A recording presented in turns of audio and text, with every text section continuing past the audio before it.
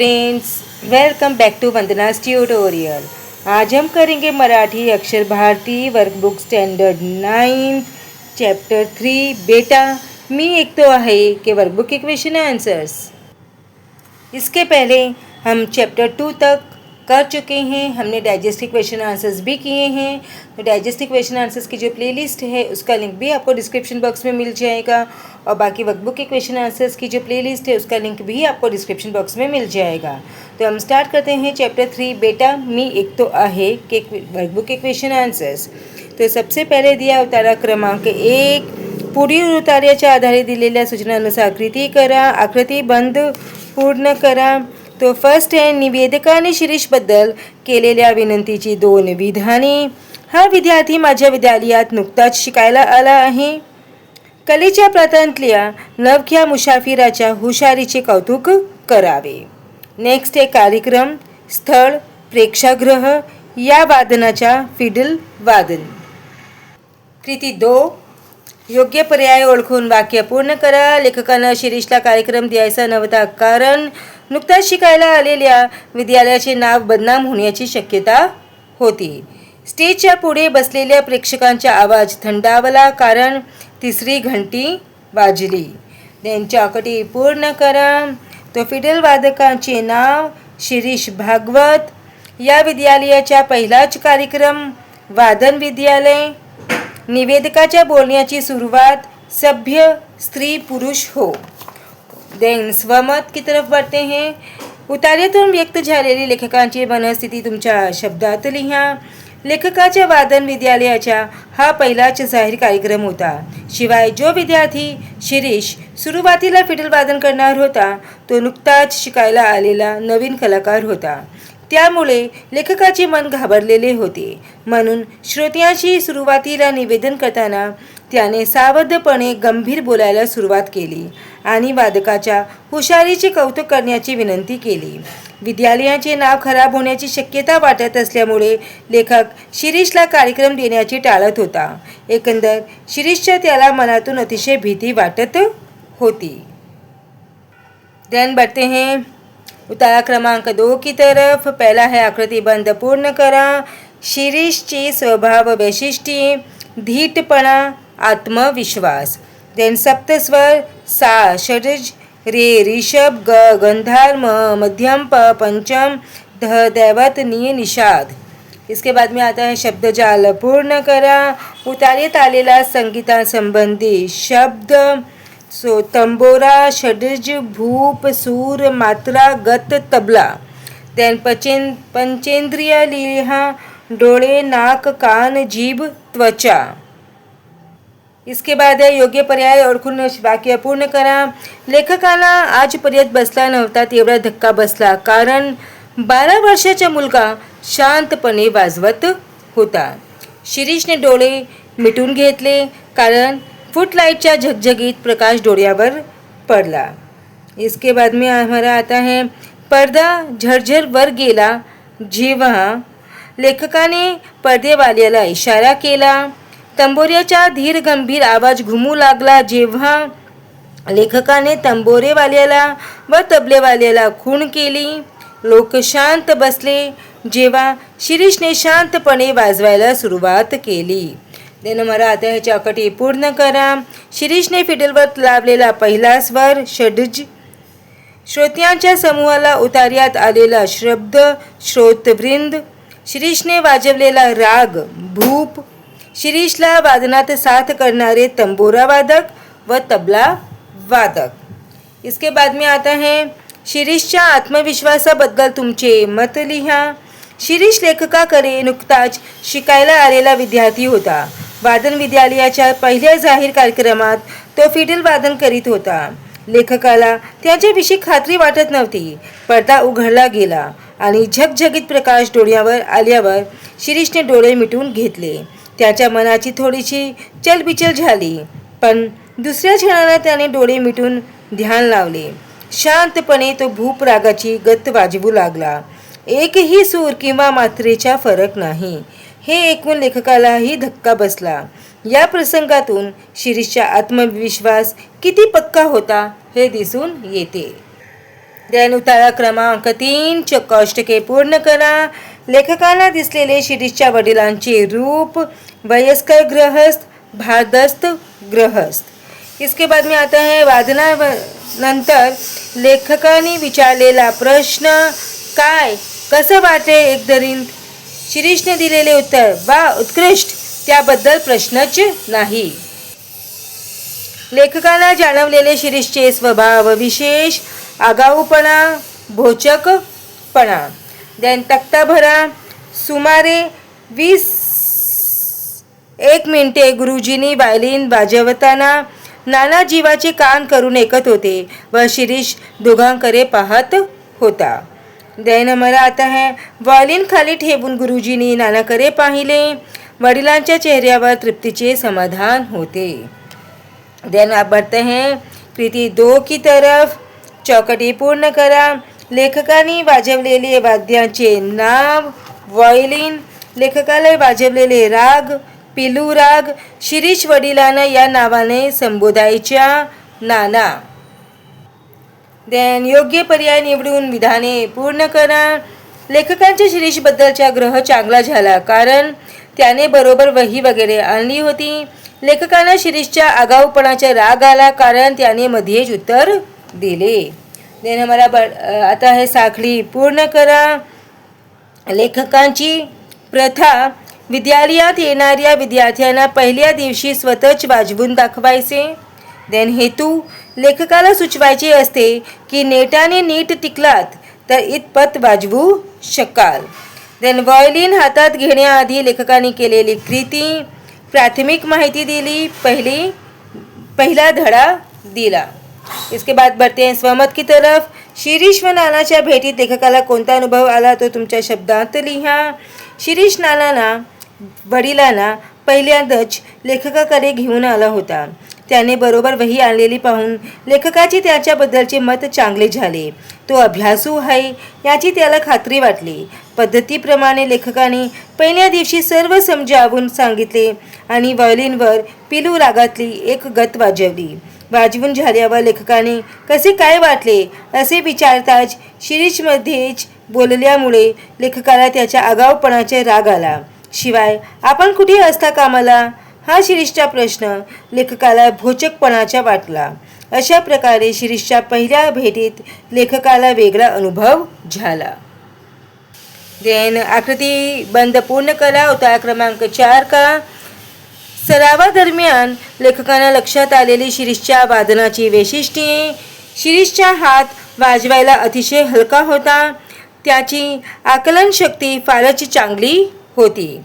इसके बाद में आता है सेकंड वन. विद्यार्थ्यांच्या कार्यक्रमात स्वतःचा कार्यक्रम ठेवण्यात येईल हे कळल्यावर शिरीषच्या प्रतिक्रिया. शिरीषच्या चेहऱ्यावर आनंदाच्या भावना दिसल्या नाहीत. त्याचा चेहरा काहीसा उतरला. लेखकाच्या मनात उत्पन्न झालेले रहस्य. शिरीषने प्रत्येक वेळी नानाचे नाव घेणे आणि ते दररोज त्याच्या सोबत येणे. शंका. नाना जवळ असताना शिरीष मोकळ्या मनाने व्हायोलिन वाजवत नाही. देन बढ़ते हैं हम कृति 2 की तरफ. पुढीलपैकी असत्य विधान ओळखा. प्रथम कार्यक्रमात शिरीषला कार्यक्रम द्यायचा नाही हे लेखकांनी ठरवले. दिस इज असत्य. चौकटी पूर्ण करा. 3 महिन्यानंतर होणारा विद्यालयाचा प्रथम कार्यक्रम. शिरीषचे तरेवाईक उत्तर. माझ्यापेक्षा नानांना त्याचा आनंद जास्त होईल. यामुळे लेखक आश्चर्यचकित होत. शिरीषची वादनातली प्रगती पाहून शिरीषच्या उत्तराची वैशिष्ट्ये. गंभीर आवाज, ठाशीव स्वरूप. देन स्वमत. शिरीषचे तरेवाईक उत्तर ऐकून लेखकाच्या मनात कोणत्या भावना आल्या असतील याची कल्पना करून लिहा. शिरीष नियमित सरावाला येऊन लागला आणि तो वादनात चांगली प्रगती करीत होता हे लेखकाच्या लक्षात आले होते. 3 महिन्याच्या सरावानंतर होणाऱ्या विद्यालयाच्या प्रथम कार्यक्रमात शिरीषला वादन करायला द्यायचे असे लेखकाने ठरवले आणि तशी आनंदाची बातमी त्याने शिरीषला दिली. परंतु माझ्यापेक्षा माझ्या बाबांना त्याचा जास्त आनंद होईल या शिरीषच्या तऱ्हेवाईक उत्तराने लेखक आश्चर्यचकित झाला. त्याला हे काय रहस्य आहे याचा उलगडा होईना. प्रत्येक वेळी शिरीष नानाचे नाव का घेतो या शंकेने तो हैराण झाला असणार. शिवाय नाना असताना शिरीष मोकळेपणा व्हायोलिन वाजवत नाही हे त्याच्या लक्षात आल्यावर तो चक्रावून गेला असावा. शिरीषविषयी एकाच वेळी आत्मीयता व दुरावा असा संमिश्र भावना त्याच्या मनात उमटल्या असतील. बढ़ते हैं मुताला क्रमांक 5 की तरफ. तो पहला है आकृति पूर्ण करा. शिरीष आल्यावर लेखकाने त्याला विचारलेले 4 प्रश्न. तो पहला प्रश्न है, तुझा पत्ता तरी काय? आज एकटाच कसा काय? नाना कसे नाहीत बरोबर? इकडची दुनिया तिकडे होईल ना? नेक्स्ट, कार्यक्रमाच्या संदर्भात शिरीषने प्रकट केलेली इच्छा. मला आज कार्यक्रम द्या, नाही म्हणू नका. माझी एवढीच इच्छा पुरवा. देन नेक्स्ट, शिरीषला कार्यक्रम न देण्याची लेखकाने सांगितलेली 2 महत्त्वाची कारणे. आजच्या पहिल्या कार्यक्रमावर विद्यालयाची इब्रत अवलंबून होती. शिरीष 2 महिने गैरहजर असल्यामुळे त्याला कार्यक्रम कसा देणार? कृती 2, साखळी पूर्ण करा. शिरीषचे आगतिक उद्गार. माझी एवढी एकच विनंती मान्य करा. मला आज वाजवू द्या, नंतर मी जन्मात व्हायोलिनला हात लावणार नाही. त्यावर लेखकांचे उत्तर, पुढे जन्मभर वाजव, पण आज वाजवू नको. तुझी मनस्थिती आज बरोबर नाही. देन योग्य कारणे लिहा. शिरीषची इकडची दुनिया तिकडे झाली होती कारण त्याचे वडील नाना वारले होते. शिरीष नंतर कुणाला वाजवायला बसवावे असा पेच लेखकाला निर्माण झाला कारण नवीन मुलगा इतका उत्कृष्ट वाजवतो तर जुने मुरलेले विद्यार्थी किती छान वाजवीत असतील असे बाहेरचे लोक म्हणत असणार. देन संकल्पना स्पष्ट करा. इकडची दुनिया तिकडे झाली.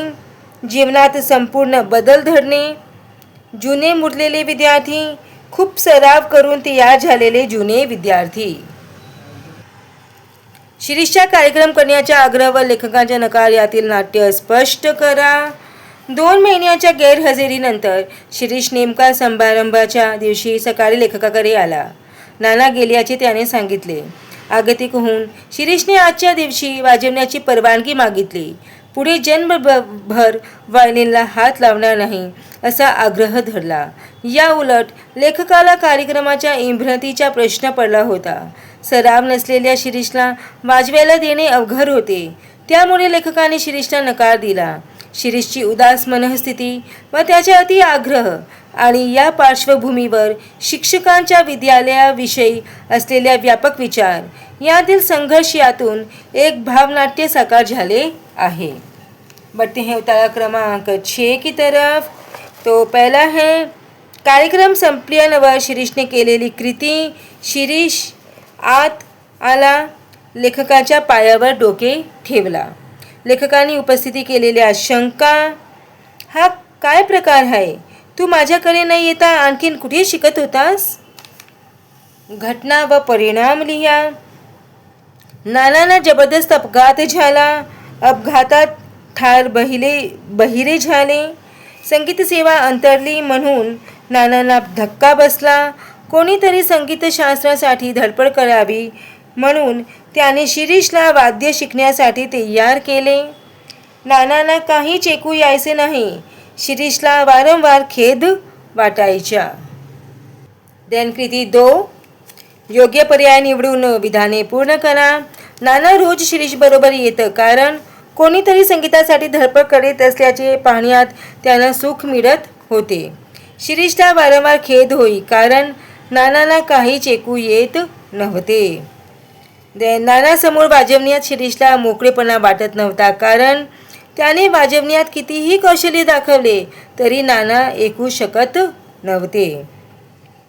चौकटी पूर्ण करा. एकेकाळी नाना होते उत्कृष्ट गवई. कार्यक्रमानंतर रडणारा शिरीष. जेव्हा या 2 गोष्टी पाठवल्या तेव्हा नाना वारले होते. फी व चिठ्ठी. स्वमत लिहा. शिरीषची मानसिक घुसमट तुमच्या शब्दात लिहा.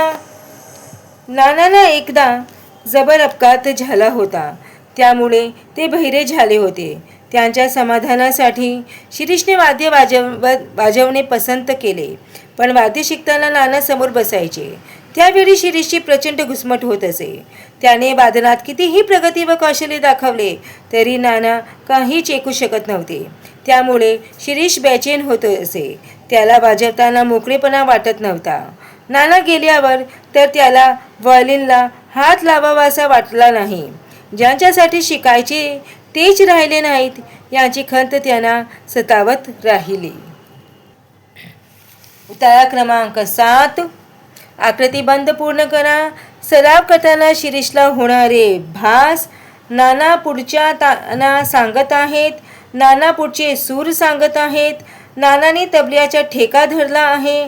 तंबोऱ्याच्या तारावरून नानाची बोटे फिरत आहे.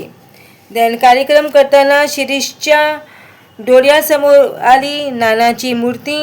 कानावर आलेली वाक्ये, बेटा वाजव, मी ऐकतो आहे. बढ़ते हैं कृति 2 की तरफ. असत्य विधान ओळखून लिहा.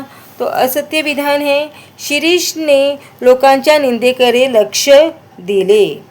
इसके बाद में हमारा आता है चौकटी पूर्ण करा. नाना गेले त्या दिवशी शिरीषने ठरवले संगीत बंद. शिरीषच्या मनात आलेला विचार. नाना शेजारी बसून ऐकत आहे. नेक्स्ट. 24 तास या दोन गोष्टी शिरीषच्या मनात. एकच उद्योग, एकच ध्यास. शिरीष बोलून गप्प बसला तेव्हा लेखकाची अवस्था. लेखक काहीच बोलू शकला नाही. स्वमत लिहा. शिरीषमधील तुम्हाला समजलेली गुणवैशिष्ट्ये सुधारण स्पष्ट करा. तो फर्स्ट वन. शिरीषचे आपल्या वडिलांवर मनापासून प्रेम होते. केवळ त्यांना आनंद मिळावा म्हणून त्याने वाद्यवादन शिकवण्याचे कबूल केले. त्याचा आत्मविश्वास खूप मोठा होता. प्रथम कार्यक्रमात त्याने धीटपणे व शांतपणे फिडलवर भूप राग वाजवला. भरपूर मेहनत करण्याची त्याची मानसिक तयारी होती. त्याच्या वादनावर त्याची निष्ठा होती. नानाच्या मरणाने तो खचला नाही. उलट सूर व मात्रेचाही फरक न करता उत्कृष्ट वादन त्याने सादर केले. त्यांना गुरुविषयी नितांत आदर होता. म्हणून कार्यक्रम संपताच त्याने त्यांच्या पायावर डोके ठेवले. ते बढ़ते हैं नेक्स्ट. शिरीषची भूमिका तुम्हाला कोणता संदेश देते ते तुमच्या शब्दात लिहा. एखादी कला आत्मसात करायची असेल तर तन्मन एकाग्र करून निष्ठेने कार्य करायला हवे. उच्च आत्मविश्वास व अपार मेहनत याचे मेळ घातला तर तुम्ही कला संपादन करण्यात यशस्वी होता. आवडीचे रूपांतर निष्ठेत व सरावाचे रूपांतर प्रेमात झाले की कलेची सिद्धी प्राप्त होते. हा संदेश शिरीषची भूमिका आपल्याला देते. नेक्स्ट आता है पाठातील तुम्हाला सर्वात आवडलेली गोष्ट सांगून ती कारण स्पष्ट करा. 2 महिन्याच्या गैरहजेरीनंतर शिरीष कार्यक्रमाच्या दिवशी येतो. कार्यक्रम करण्याचा आग्रह धरतो आणि त्याच वेळी लेखक विद्यालयाच्या प्रतिष्ठेचा प्रश्न निर्माण करून त्याला नकार देतो. हा पाठातला प्रसंग सर्वात जास्त आवडला कारण या गोष्टीत नाट्य दिसते. एकीकडे कार्यक्रम करण्याचा शिरीषचा आत्मविश्वास व दुसरीकडे लेखकाची असहाय्य नाराजी यातले नाट्य संवाद रूपाने खूप ठळकपणे जाणवते. शेवट लेखक शिरीषची विनंती मान्य करतो तेव्हा खऱ्या शिक्षकाच्या मनातील शिष्याविषयीची प्रेमभाव दिसून येतो. बढ़ते हैं भाषा अभ्यास की तरफ. पुढील वाक्यप्रकारचे प्रकार ओळखा. किती सुंदर आहे हा देखावा. उद्गारार्थी वाक्य. तुझी शाळा नेमकी कुठे आहे. प्रश्नार्थी वाक्य. इसके बाद में आता है पुढील वाक्यप्रचाराचा अर्थ सांगून वाक्यात उपयोग करा. तो फर्स्ट है जीवाचे कान करून ऐकणे. लक्षपूर्वक ऐकणे. वर्गातील विद्यार्थ्यांनी शिक्षकांची शिकवणे जीवाचे कान करून ऐकले पाहिजे. नाव खराब होणे. नाव वाईट होणे. आपल्या शाळेचे नाव खराब होऊ नये म्हणून प्रत्येक विद्यार्थ्याने काळजी घ्यायला हवी. ग्रह चांगले होणे. मत चांगले होणे. उत्तम वादनाने लेखकाच्या शिरीष बाबतचा ग्रह चांगला झाला. इसके बाद हमारा आता है जोड़िया जुड़वा. तो अपोजिट्स लिखने हैं. धीट, भित्रा, हजर, गैरहजर, सुंदर, कुरूप, स्तुती, निंदा. पाठातील असे शब्द खात्री, शंका, प्रश्न, उत्तर. इसके बाद में हमारे आते हैं पुढील शब्द व त्यांचे अर्थ त्यांच्या जोड्या लावा. दॅट इज समानार्थी शब्द हैं. तो कोलाहल, गोंधळ, आगंतुक, गरजू, तऱ्हेबाईक, विचित्र, मुसाफिर, प्रवासी, उद्युक्त, प्रेरित. नेक्स्ट, समानार्थी शब्द लिहा. विद्यालय, शाळा, खिन्न, उदास, इब्रत, अब्रू, खेद, खंत. विरोधार्थी शब्द लिहा. शेवट, सुरुवात, सभ्य, असभ्य, अधोगती, प्रगती, खात्री, शंका. देन लिंग बदला. विद्यार्थी, विद्यार्थिनी, स्त्री, पुरुष, गृहस्थ, गृहिणी, पुत्र, कन्या, पिता, माता. देन वचन बदला.